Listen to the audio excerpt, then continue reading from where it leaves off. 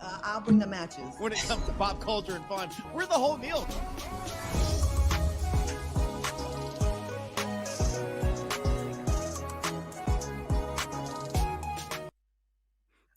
It's What Up Though Wednesday. Welcome to Side Dish. We're back in the building. Gang's in the chat. We see y'all populating over there, and we love it. I am the guy they call Headkrack. In the middle is the one and only Claudia Jordan, and over there is my man with the master plan, Tanner Thomason. How y'all doing, fam? I'm good. I'm looking forward to not behaving tonight, to totally misbehaving. Oh, what you getting into? No, you guys on this show. Got you. Yeah. Yo, because I thought I was the only person that operates in a headspace like, yo, this is where I get to have fun, guaranteed for an hour throughout the rest of the day. Like when they be like, the show is over, I'm like, come on, can we do 5 more minutes? Come on, can we? I know it's fun. It's definitely been fun for sure. Well, yo, man, shout out to everybody ready to turn up with us, man. You turn it up tonight, Tanner. What's up? Oh my gosh, I'm already in the chat. People are talking about how they got scammed on social media by their own friends. Whoa, and that is crazy. It be the ones closest to you that will brute you. You got to be careful out here in these fair streets. Well, let's talk about somebody you know, actually, Claudia, Karamo Brown. Karamo Brown has been doing his thing. First of all, I'm so proud of you, brother. But let's get into this. It seems like the guys are fighting Karamo Brown. 1/5 of the cast of the show QueerEye dropped a bombshell on his castmates when he didn't show up to an interview on CBS and NBC for the latest season of QueerEye, citing his well-being, his mental well-being. Check this out.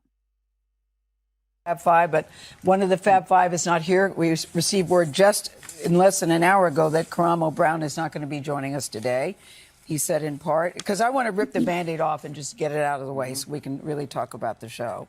He sent a statement. He apologized for not attending this interview. He thanked the audience. He said in part, I hope everyone remembers to focus on and to protect their mental health, peace from people or a world who seek to destroy it, which is why I can't be there today. People notice that someone is missing. So obviously there are 4 of the Fab Five here. We received an email from Karamo's assistant this morning, which said in part, quote, Karamo has felt mentally and emotionally abused for years, and he's been advised by his therapist to protect himself and his peace by not attending. But he did send this video. Take a look. Hey, Jenna and Chanel, congratulations on becoming the most amazing duo in daytime TV. I just want to say thank you to all the fans who supported us and rocked with us for 10 seasons. Themes of this season, I'm modeling what I believe is most important, which I want to remind you all. Love yourselves and protect yourselves. That's why I'm here at home and not there. But continue to watch this show. The crew worked on it and did an amazing job. I want to shout out to the crew. I want to shout out to all the fans. I want to shout out to the executives from Netflix. Thank you for having me for 10 seasons. Oh, did you catch the shade? He said nothing of the cast. He said the crew, the executive producers, and the fans. Okay, now, if you wonder what caused this, according to TMZ, Karamo's mom was on set while QueerEye was filming last summer and overheard 3 of the cast talking about Karamo negatively, and she told her son, which caused the friction. Apparently, they were being judgy about his lifestyle choices, which I'm like, okay. What do y'all think about this? I think they're hating. I wonder if it was the one that was dressed like Jesus. If he was one oh my God. And judgy. Jonathan Van Ness. Okay. Yeah. Is that his normal steez? I've never seen the show. He's been steezed out like that for quite a while. If I remember correctly, he was in a series of skits on Funny or Die called Gay of Thrones, where 2 sassy men recount what happened on last night's Game of Thrones episodes, and that was pretty hilarious. Okay. That's how I got to know him. Cool. Have y'all ever been in a situation where the work situation, it was like not able to protect you? You couldn't protect your peace, or you try to protect your peace? Because it's tough when you have to decide, okay, I make money with these people, but damn, it's making me miserable. That's why I'm here. I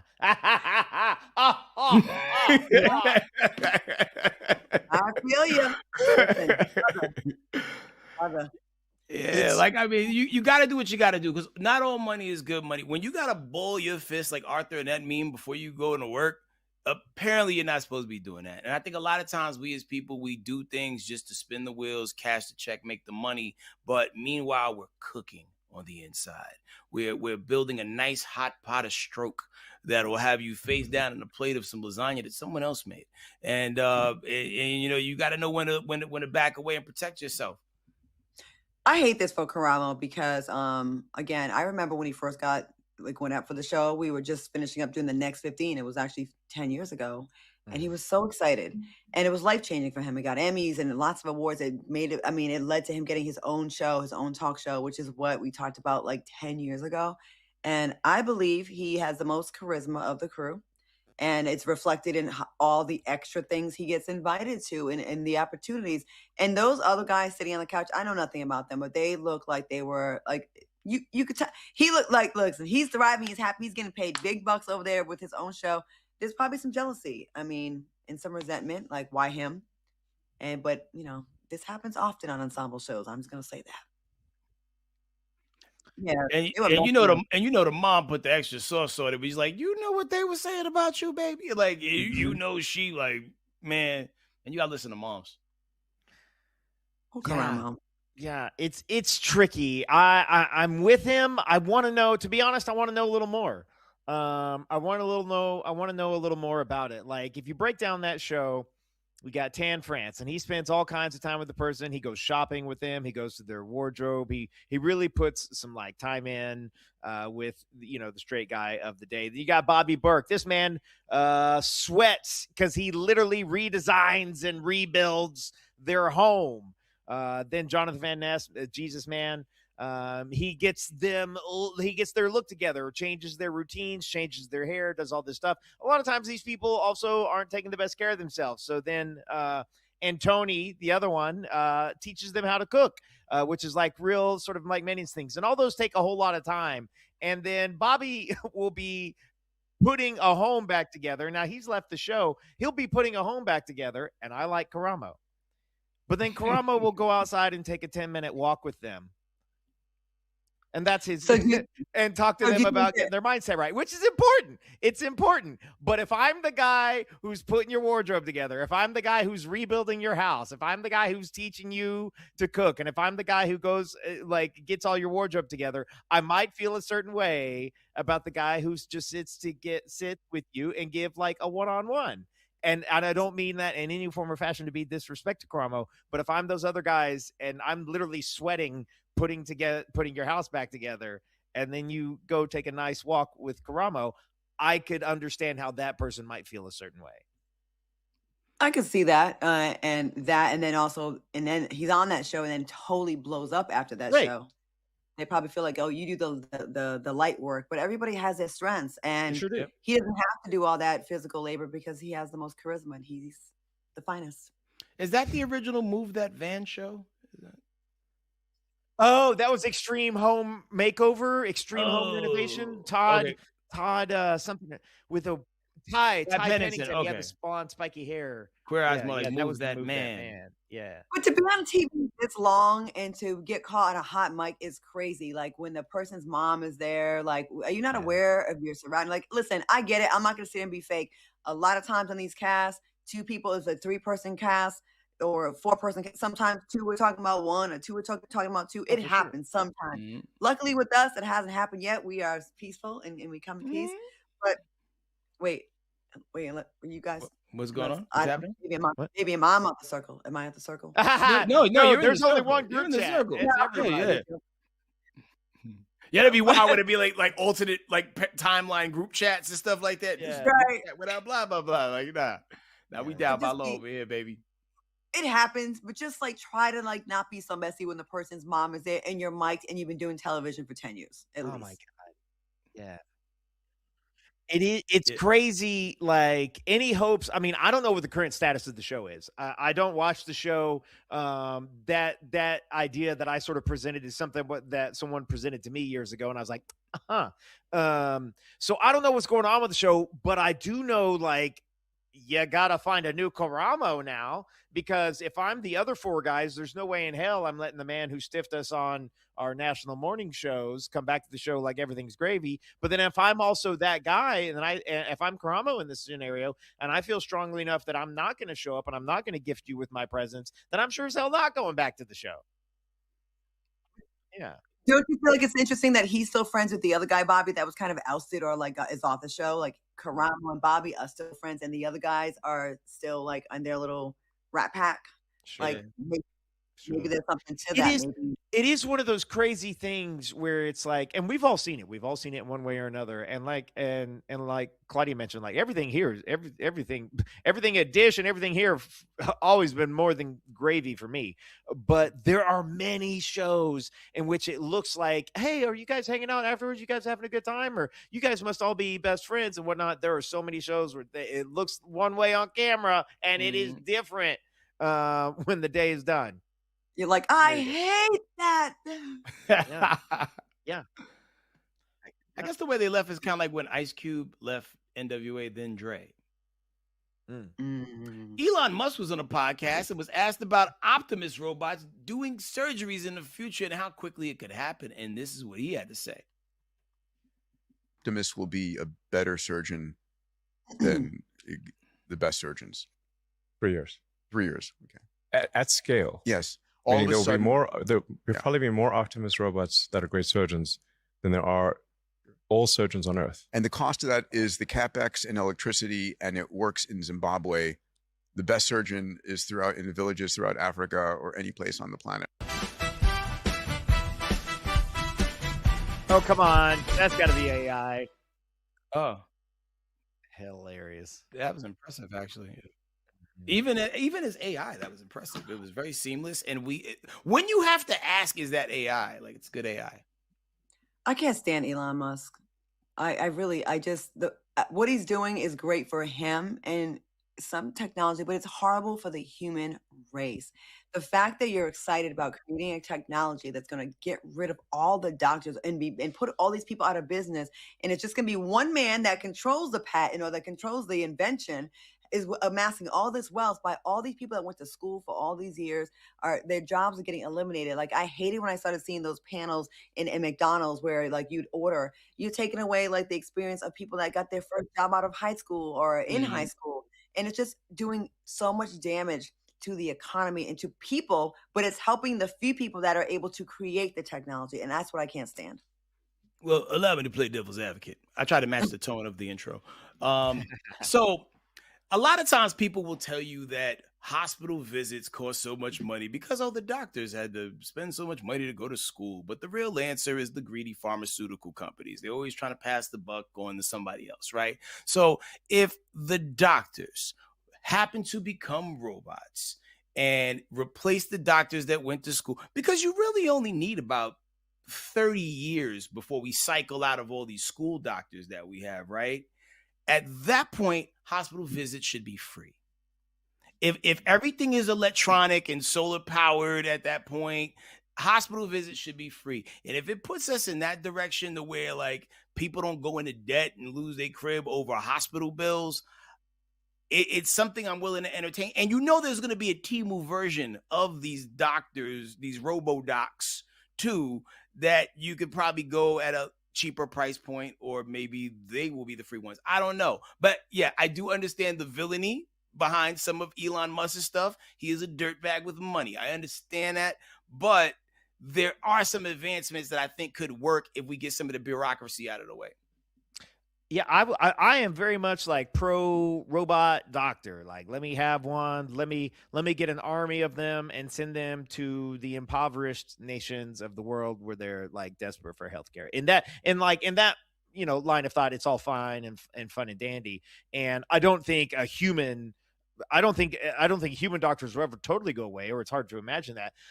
But also, before all of that, we got to run back and know that never has Elon delivered on anything. The man said he was going to be selling a $40,000 Cybertruck. They never hit that price. He was talking about, we'll already be on Mars by whatever. If you run back through Elon Musk quotes over the years, and I used to be an Elon bro. I used to be that guy who was like, he's going to change the world, man. And then eventually you just realize that everything he says is spin and marketing, and he never delivers, but it always sounds really great and amazing. Like they did the Optimus robot thing last year, and like the robot was bartending, if I remember correctly, and it came to find out that it wasn't the robot bartending on its own, that there was a person remote controlling the robot. And so it's like, if we can't even, if your robot bartender can't make a Jack and Coke, it is not fixing an ACL. You know what I'm saying? Like, what are we talking about? And if Elon and the powers that be had the same heart and integrity as the two of you, that actually would want to make healthcare free, but I could just see these evil bastards still finding a way to like tack the people. I don't think they're doing any of this for the better good, the greater good of mankind. I think it's all for greed. I just can't see them. Oh, we made it cheap, so we're gonna pass it on to y'all. I think it's like they're gonna pick and choose who lives, who dies. Yeah. And that's the true criminal aspect of it all. Like the way we monetize everything. I understand we live in not communism. What's the thing we have here? We're close to an oligarchy. We're capitalism, right? Like we're pro-capitalist as an economy, and you go to some of these other countries. Like, granted, Muammar Gaddafi had some wild ways. However, the people of Libya were actually doing all right. You know what I mean? Like, everybody got to go to school for free. Like you got your whole first house was taken care of. We demonized him because he wanted to get rid of he wanted to have their own banks and money to the people, and they made him look like a terrorist, like they always do. They just use the word terrorist, and human rights violations over there. Because America, we would never do that here. We went over there and kicked the anthill over and left. And left them so destabilized for a while. Don't get me on that soapbox. They would never allow what happened to Gaddafi to happen to any other world leader. Like, he was beaten in the street with weapons that we provided with people we militarized. And they stabbed them in the butt. Oh, I didn't hear that part. Wait, with a knife or with a... Not the butt stabbing. I do want to say this, though. I do want to be clear. I'm looking at the question up here. Would you let a robot do major surgery on you? I would. A lot of major surgeries are done by robots. A lot of times it's a person controlling the robot, but it's robot hands up in your body and in your cavities a lot of times. So I did have robots in my eyes, not in my cavities. I did have some clear lens replacement surgery. They took the lenses out my eyes and put new ones in, but it was a human assisting. It wasn't just a robot on its own. So, but still, it's still effing. Yeah. Keep the votes coming, y'all. Yeah, hold up. I'm looking at these comments. People talking about I lost cool points. I want to be clear. I am not an Elon stan because I learned the most important thing you can do, boys and girls, is learn from the errors of your ways. He said he used to be an Elon bro. That's what used to be, y'all. Used to be. No more. No mas. When he didn't solve world hunger and he had the chance. Okay, moving on. Moving right on along. Will Smith. He's got a new Disney Plus travel series, Pole to Pole with Will Smith. And he's going around to all of the strip clubs in Atlanta. I'm just kidding. That's not what he's doing. I was about to say, like, who did he ask before you went that name? Pole to pole. Anyhow, so he's going the North Pole to South Pole, evidently. Now, while diving under the water in the North Pole, something happened that made him vow to only do this. Take a look. Went under. And I start hearing, abort dive, abort dive, abort. This is real. Abort dive. And I'm like, oh no, right? So I went to ascend and hit ice. So I'm under the ice. This is my everyone's biggest fear. So you go, where's the help? And I was like, oh no, Will, calm down, calm down. I had to grab, so you have a tether on, and you have to grab your tether and pull yourself back to the hole, right? I grabbed and accidentally pulled my mask off. The oxygen. So you got oxygen. And I was like, and I put my mask back on my face, and I was like, oh no. And I was like, Will, calm down. And I was like, if I get out of here, I'm going to only do black stuff from here on out.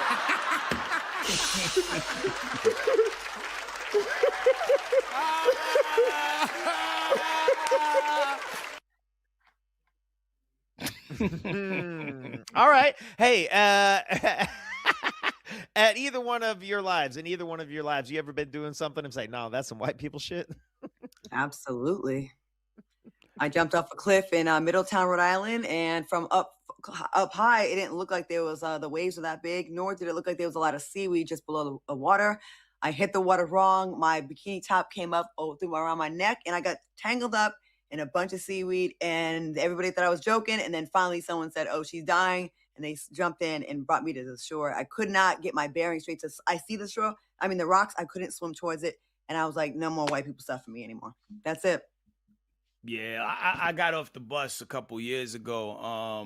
The first time I went on some kayaking trip in Tennessee, and when we got there, it was like somebody died earlier, and I'm like, okay, that's the one for today. And then we got on the kayak, and I guess they let too much water out because it was kind of man controlled, and it toppled our kayak over. And I had my oldest son with me. He fell out. I made sure he got back in the boat. I climbed up, lost my shoe. So when we got back to the shore, like everything was messed up, and I had one shoe. And at one point, I saw my shoe float by, like while we was going. I didn't want to get back out and get it. And somebody else died later that day. What? And then there was a time I went to Jamaica, and there's a place called Doctor's Cove where at the end you like jump off the thing. I climbed all the way up to the top, and I looked down. I was like, nah. Yeah, my Mountain Dew era is over.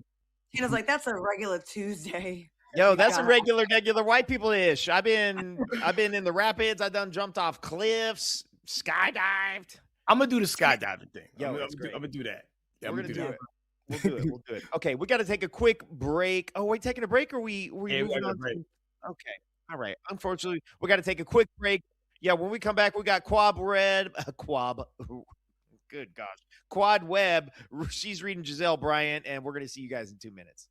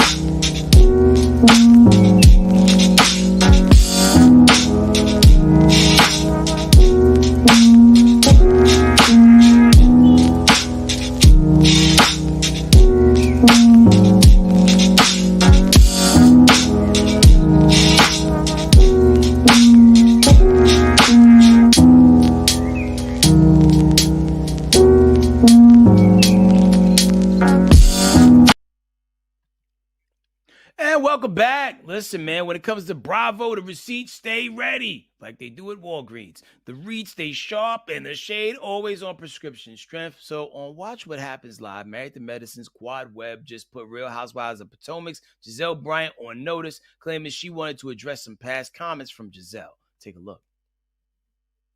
But you and my good soror, honey, said that we were recycling the girls down to the TV show. Recycling.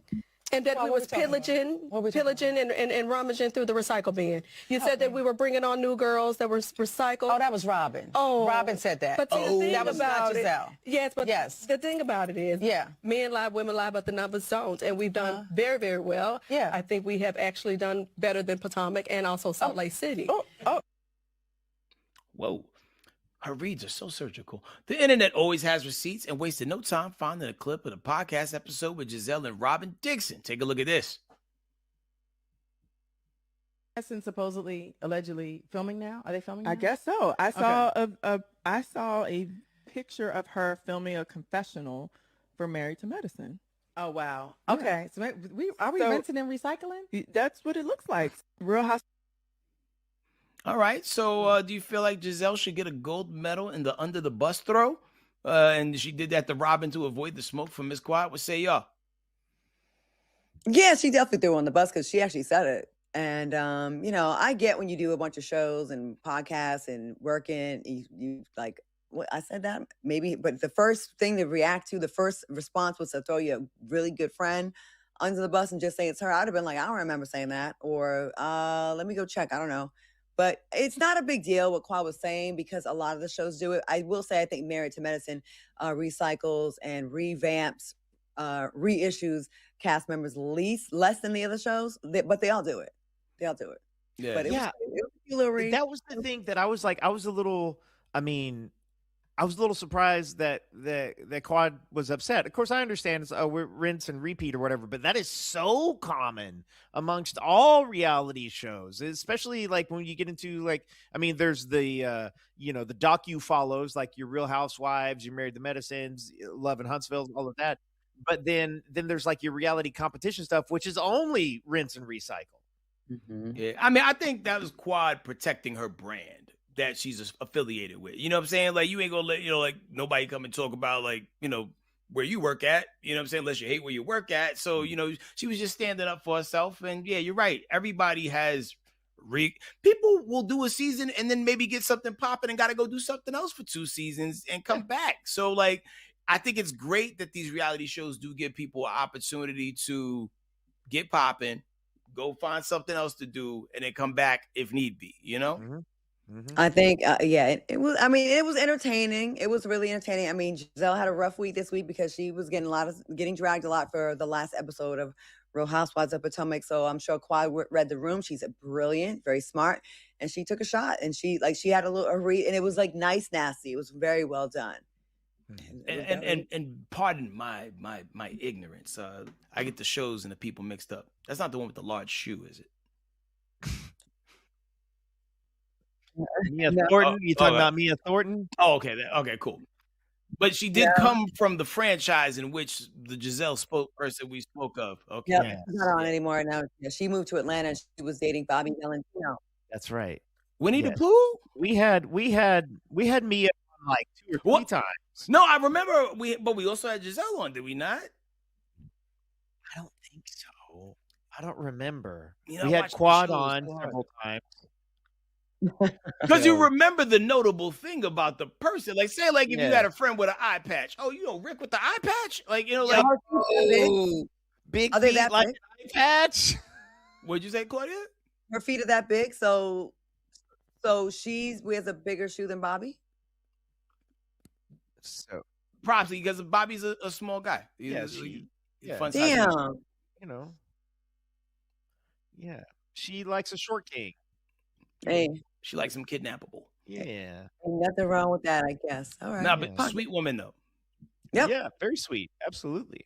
It's us hugging you just so there's no confusion. We always, we mean always say something nice about someone right after we talk trash. No disrespect, but All right, y'all. When you think of country music, your mind usually goes boots, trucks, and beer cans. Not move, bitch, get out the way. But when the news broke that Ludacris might hit the road on a country tour with Nelly, people were scratching their heads.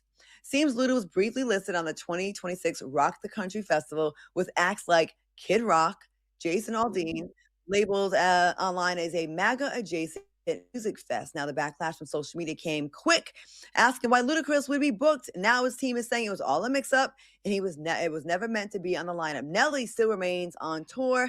Is this damage control or really just a big mix-up?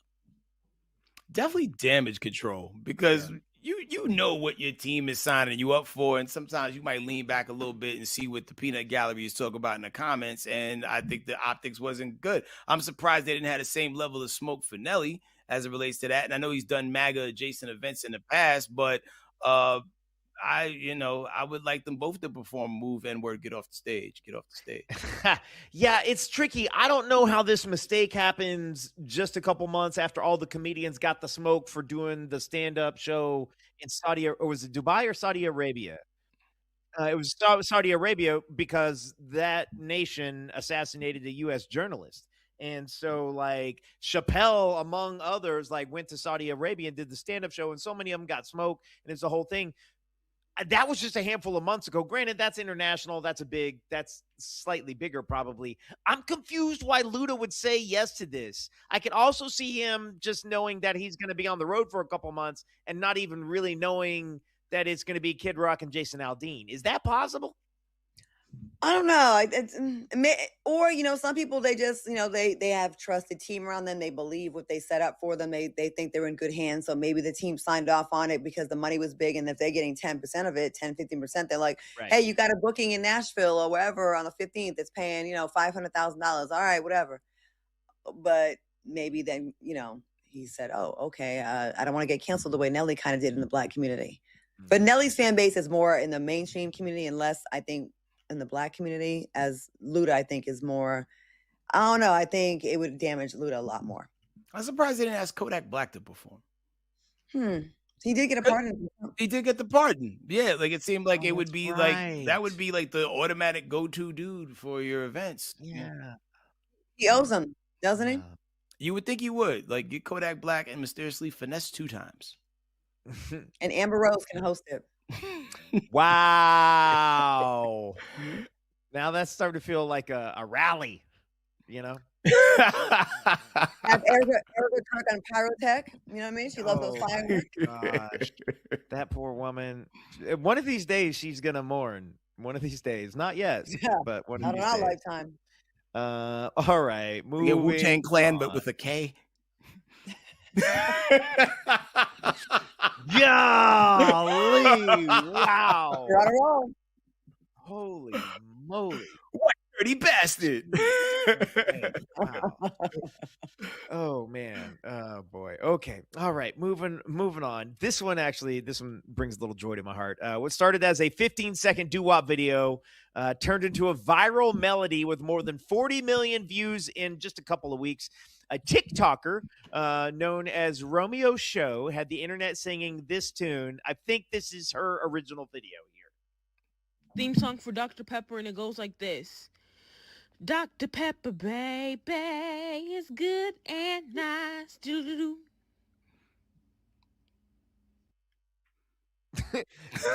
Now, first off, she's adorable. She's a good singer. The thing that always makes me laugh is how she like finishes the jingle and it's just like just looking around. Okay, so here's what happened. I watched this on TV. It was so cool. Dr. Pepper said, "Hold on a minute," and they turned the tune into an official commercial, and it aired during the college football national championship game just a couple nights ago. Here's the commercial. Pepper, baby, is good and nice. Doo-doo-doo. Dr. Pepper, baby, is good and nice. Dr. Pepper, baby, is good and nice. Good and nice. Doo-doo-doo.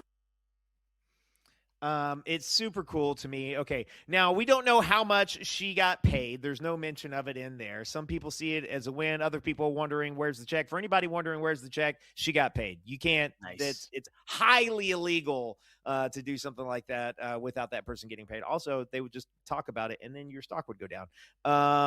What do you think about this? I think it's cute. I think this is what social media, this is the great side of social media. She was playing around, and I like that people with talent can get discovered the old fashioned way, kind of, with a new twist with the social media. Like, it's nice to see someone that, got that, instead of these weird execs that they're out of touch with kind of what's trending, what's hot in the streets, trying to put together a corny campaign. This was actually something that came out authentically, organically, I should say. And I think it speaks volumes to shoot your shot, because you never know. You know what I mean? Like, you just never know. Like, just imagine if she'd have kept that song in her head and never said it. Because, I think this is the first time in probably, almost 40 years that Dr. Pepper had a memorable jingle. Right? Because every time I try to go to the song in my head, the old one, I go to the Give Me a Break song. But that's for Kit Kat.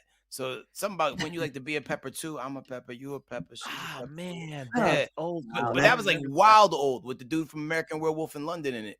I saw this. So I saw basically on my feed, and this is before the national championship game. I saw, you know how somebody will take a video when they remix it. And so somebody had remixed her video and they were like playing keys under it. And that's how I saw it, which I think is just the most fantastic way for people's creativity to build off on top of each other. Like she just did that a cappella and everyone else started adding their own things. And that's what made it go viral. And then Dr. Pepper grabbed it. Like, I don't know. I just love it. An ad agency would have been paid so much money to come up with this campaign. And she just did it in like 10 seconds. Salute to her. And you can tell she's a fan of the product. Yeah. First off, Dr. Pepper's is delicious. You know what? No, for her to make that song, you really sat there and thought about it. She was really invested. She really loves the product, is what you're saying. Yeah. Yeah. I also appreciate it. Like, Dr. Pepper, baby. Like, that was good. That was good. But for me, the little secret sauce is do. Can I pitch one for White Castle? Oh, let's go. Please. White Castle. Blacks can eat here too. Do. Yo. You should just drop that track. You should just make that. In these days, in these times, it might fly now. I don't think like before. But now it's like anything goes. Yeah. We never had White Castle. We never had those counters. You know what I'm saying? Oh man. We'll save it for Black History Month. We'll give it a shot. Okay. Wow. Also, it does sound like a really suspect restaurant though. White Castle. It does. That's crazy. Yeah, like what happens inside that White Castle? Why is it not Black Castle? Oh man, they should rebrand for February just to see how it goes. Black Castle. Somebody Now talk. serving. Let's get this up. Okay. All right. We got to take a quick break. We're going to be back in 2 minutes with some hat to the back and a little bit more. We'll see you guys in 2. Get a lemon pepper slider.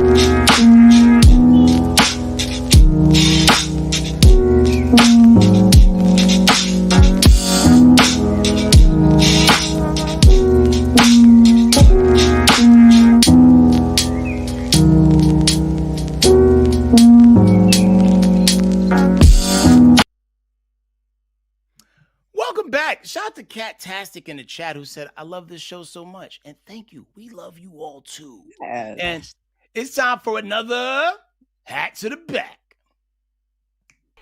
Hat to the back. Hey, hey. Real. No cap. All right. So you may have heard women say the phrase, I'm coming to you as a woman which is basically code for we dating the same dude, so we need to talk. Well, Tay Gaston is asking, do men ever do this, like a real life version of R. Kelly and Usher's song, Same Girl? Tana, has a man ever came to you as a man about a woman y'all were both dating or dealing with at the same time? Oddly enough, never. Wait. I feel like you have. There was one time, and this has been over 20 years ago. God, I was young and dumb. Oh man, I was young and dumb, guys. I was young and dumb. But yeah, I had that conversation once. But never since then. Yeah. Were you the first or the second man? Were you the one that was saying, "Hey, I need to ask you," or you, like, which one were you? I was the one receiving the questions. Oh. Yeah. It sucks to be on the receiving end. I've only had that happen like one time. You're wearing your hat way cooler than I am. I don't know. Am I? Yeah, like mine. I think this hat got stepped on at some point. Anyway, so Here we go. Can I use real names on this show? I do a lot Yeah, anyway. of course. Yeah. So man, it was like I think I was in the 8th grade, and 8th grade. a guy that I looked up to, a guy named Stephen Gilmore, came to my party, and there was a girl who liked me, named, I'm gonna leave her last name out of it because of what she did. Her name was Carla, and Carla brushed her teeth on Stephen Gilmore in one of the closets at my party, and it was one of those situations where that wasn't my girl, right? That wasn't my girl, but she liked me, and I think he knew she liked me. But being the G that he is, he's like, "Hey man, heard you like that girl, heard she like you, but if I was you, bro, wouldn't do it." And then explained why. And like I couldn't help but to respect it. Just because she brushed her teeth on him? Yeah. What? No, they brush her teeth. I mean, and I know mad people have brushed their teeth on other male humans, but it's the fact that when you know the brush, like I adapt that brush. Not his actual brush, but I adapt the holder of the brush. I knew what you were saying. Yeah. For my part, what I will say is keeping the analogy running. Sometimes you hear that somebody is excellent at brushing teeth, and when you're dealing with a high-level teeth brusher, you give an appropriate amount of time, but maybe you're trying to get your teeth brushed as well. I wanted to get my teeth brushed, but I was hurt. You know what I'm saying? Because in the 8th grade, you don't know too many people who are brushing teeth. So that's where I would like to jump in. Scarcity. Sometimes people will lie and say that the toothbrushing happened when no teeth were brushed, and so he can keep her around. I'm just saying he may have peeped the game that she was into you, because for him to tell you that she liked you, he may have seen that and was like, "Oh, I'm gonna put a stop to this. I'm just gonna tell him that she brushed her teeth on me, and I was her personal fleshy toothbrush." But that wasn't the type of character he was. He was always a straight shooter. Me and Stephen Gilmore are still cool to this day. And Shorty had that, like, me and her never made really eye contact like that. But because I'm Batman, every now and then I do go on Facebook and see if she's still out there brushing teeth. But she has a very common last name and maybe has gotten married. And she's hard to find. I don't know a lot of toothbrushes in 8th grade, though. That's very advanced activities. Yo, man, shout out to HBO, man. Our generation was a little different, man. We ramped it up. We had Scrambled Spice. We was doing a lot. If you lived in New York, you had Channel J on the public access. There was some Cinemax. Somebody in the comments asked me if I asked her. No, I didn't, because I got pride. She could have been a victim of a lie. Pride. Now, here's what I will say is like, if it's somebody I had a crush on and I even see they're dating somebody, I'm over here like, because most of the time it doesn't work out. And I'm gonna stay at the 3-point line. I'm close enough. I'm in an attacking range, but I'm not out of the game. You know what I'm saying? And I'm gonna wait because I know this dude is a doofus. I know he's gonna screw it up, and I'm gonna come through and make her laugh. and then, but you got to have some appropriate time pass. I feel like I'm veering off a little off subject, but the short answer is no man has ever come to me and been like, "Yo, me and you are seeing the same girl. What are we gonna do about it?" Which I feel like happens to women. That only happened on that Usher song. That's the only time it happened. How do y'all solve it? Y'all like arm wrestle? I feel bad for Carla Smith. I believe she was lied on. I think it was a conspiracy. Carla Smith, or whatever your last name is, Johnson, Jones, Jefferson, and one of those common last names. I feel bad for you. Okay. Leave a comment if you never brush your teeth on his thing. All right. Moving on. If I'm never beating the allegations was a person, it would be Sean T's Marshawn Gregory. He treated his own virtual court hearing like an IG live rant, cussing the judge out, plugging his ears with his fingers, all while facing charges for allegedly firing a gun outside a middle school. Roll the clip. Sir, would you state your name for me, please? No, goodbye. When you talk to you, go playing with me. Goodbye. I said Mr. goodbye. I heard you, sir. I need you to state your name for the record, sir. Goodbye. I need to talk to you. Goodbye. Don't play with me. I don't want to see no Judge Martin. Goodbye. I said don't play with me. Get this over with right now. I'm done talking to you. I ain't saying else. It's alleged, sir, that you did threaten to commit an act of terrorism and did communicate that threat to another person. That's a felony punishable by up to 20 years in prison and or a fine of $20,000. Mr. Gregory, what is your response to the allegations against you this afternoon?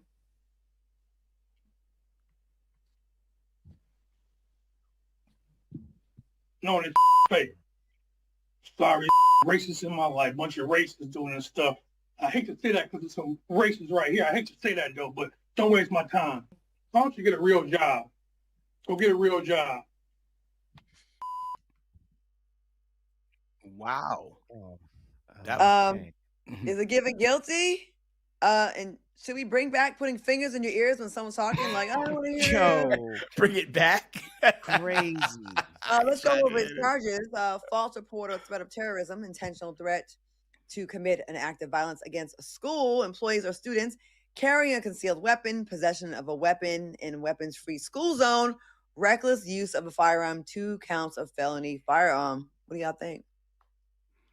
Definitely think he did it because digging a little deeper, it says that he has multiple trespassing complaints and he kidnapped his own son from the school. So do you want the father in the kid's life or not? Like, that's the question I got for y'all. Like, I mean, what we want to do, like, you complain if they don't come and spend time with the kid. You complain if they come and spend time. Like, what are we doing? What are we doing? I don't understand. Like, what is going on that a person is in a legal proceeding and thinks that they can behave like this? Like, what did he think he was gonna accomplish? That's the thing that's so confusing to me. Yeah, he's gonna get time for what he did. Yeah, I think technology, social media, computers make people think that stuff is fake and they just act up. And I think he probably likes attention. He's a baby kid, all grown up.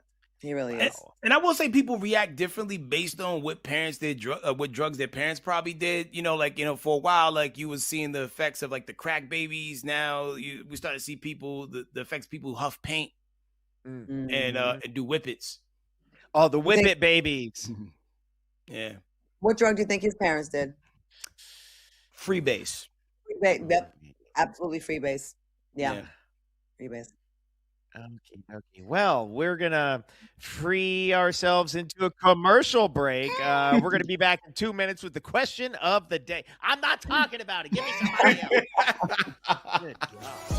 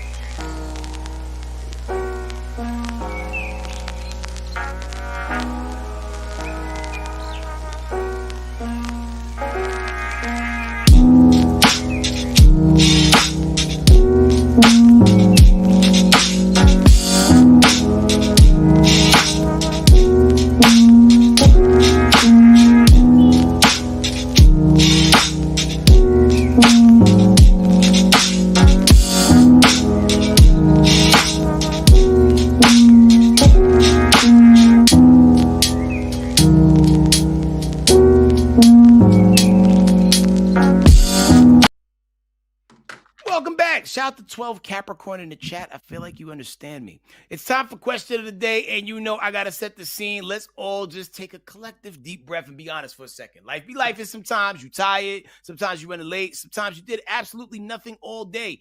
Even through all of that, the expectation is that you should be bathing every single day, even if it's a shower, 365 days a year, no days off, no excuses. Or is it? The big Glade on X tweeted, no one bathes 365 days a year. Nobody. Oh, that's a woman. Is she right or wrong? Let's say you. I'm a 1 or 2 time a day shower, but I did have a couple days where I didn't feel good and I laid in bed for 2 days straight. So I would say I probably bathe 360 days out the year. I probably miss maybe 5 days, and that's actually being generous because I actually really enjoy taking showers. I'm with that. What say you? Yeah, I'm probably not too far off of Claudia. Like, I very often take 2 showers a day, especially in the summers, just because I sweat, guys. I sweat so much. I'm real gross. Once I start sweating, I don't stop, and then I'm real stinky, and I got to take another shower. And so a lot of times I'm working out in the morning, so I'm hitting that shower. But I will say is like a low shower day for me is 1 shower a day. I almost always get 1 shower a day, no matter what. But if that shower came in the early afternoon, I might not hit it again before I go to bed.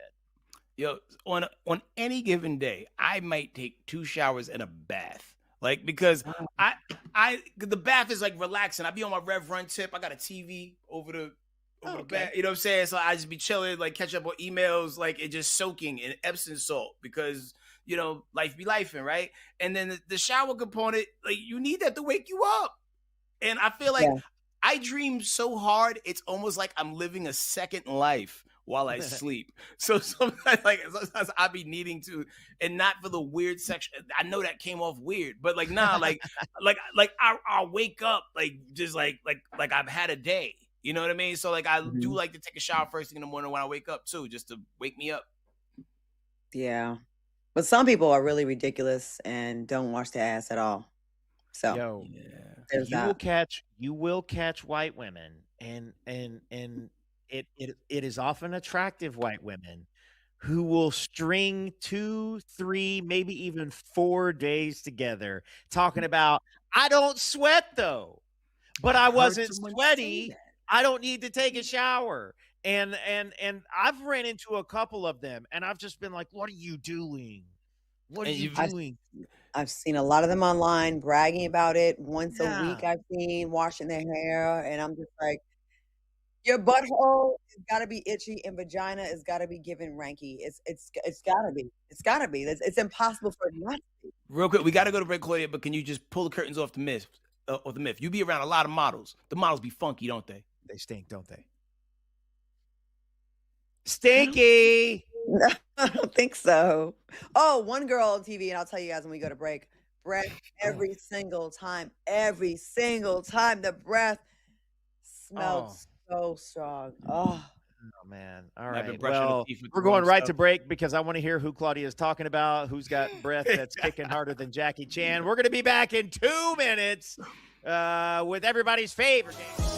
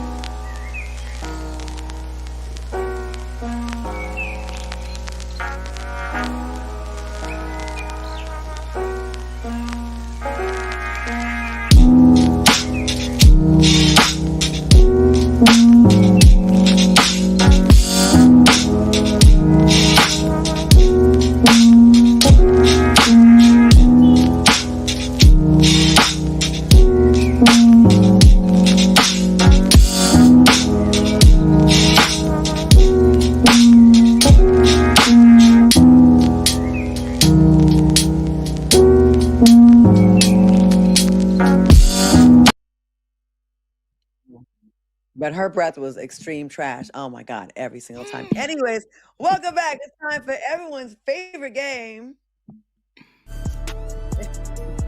Whose cousin is it? All right, a 42-year-old Michigan mom turned a school play disappointment into 2 fake bomb threats after her daughter went homesick and was not allowed to participate. Ma'am, that is not how the drama department works. Cops said over 700 people had to be evacuated, all because her baby didn't get a chance to shine on stage. Mom pled guilty, got probation with 2 weeks of jail time and a court-ordered impulse control class because, yeah, she might have flown off the handle a little bit. She also has to call the school ahead of time if she ever wants to step foot on campus again. Broadway could never. All right, whose overreactive cousin is this? 42 years old, Michigan mom. Yeah, I think it's a black woman. Why is that? Because, like, sometimes Michigan isn't old Detroit, No mention of a dad and then by herself. And I know that sounds horrible and I'm probably gonna get canceled. But where was the guy to be like, baby, no, you know what I mean? Right. I don't know. I Right. think a lot of times, I don't know. And like, what? I drove all the way down here and filled up my gas and my car with gas. And she can't be in the play. Oh, hell no. I done told everybody about this. Yeah. Sorry. I know that was really racist. Damn. No, you helped steer my course because I was going to go other cousin because of the nature of the threat. Yeah. But usually they don't threat. They do it. Okay. This is often what Claudia does. Look at the punishment. All she got, 2 weeks probation, 2 weeks jail time, ordered impulse control. She didn't get charged with like major crimes. She wasn't charged. Like, you calling a bomb threat on a school, that could be like a felony. But I hear you, and I want to raise you this. I don't even think it was a good bomb threat. I think she was like mad, like, I'll blow this motherfucker up, but not really meaning it. It's literal. Okay. All right. I don't know. I'm gonna go other cousin. All right. 3, 2, 1, move that van.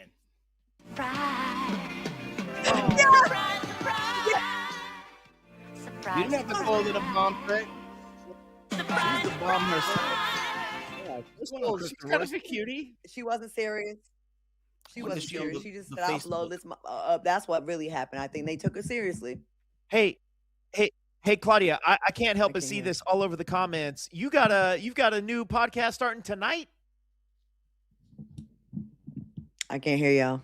Y'all hear me? Man. She went that jam. No. Oh no. I can't hear. What'd he say? What they say? He's asking you had a new podcast that starts tonight. Can y'all hear me? Yeah. We can. Yeah. You have a new podcast Yes. tonight. Talk about. Oh no. What? Cliff? No, or who's playing games with Claudia tonight? Okay, Yes. I do have one. It's called Wicked Awesome Podcast, and already TMZ picked it up because me and Shayna Moakler, former Miss USA, she was married to Travis Barker, baby by Oscar De La Hoya. We shared a story about Steven Seagal, and it's gonna go viral. We're happy for you. I'm excited for you, Claudia. Huh? Thank you.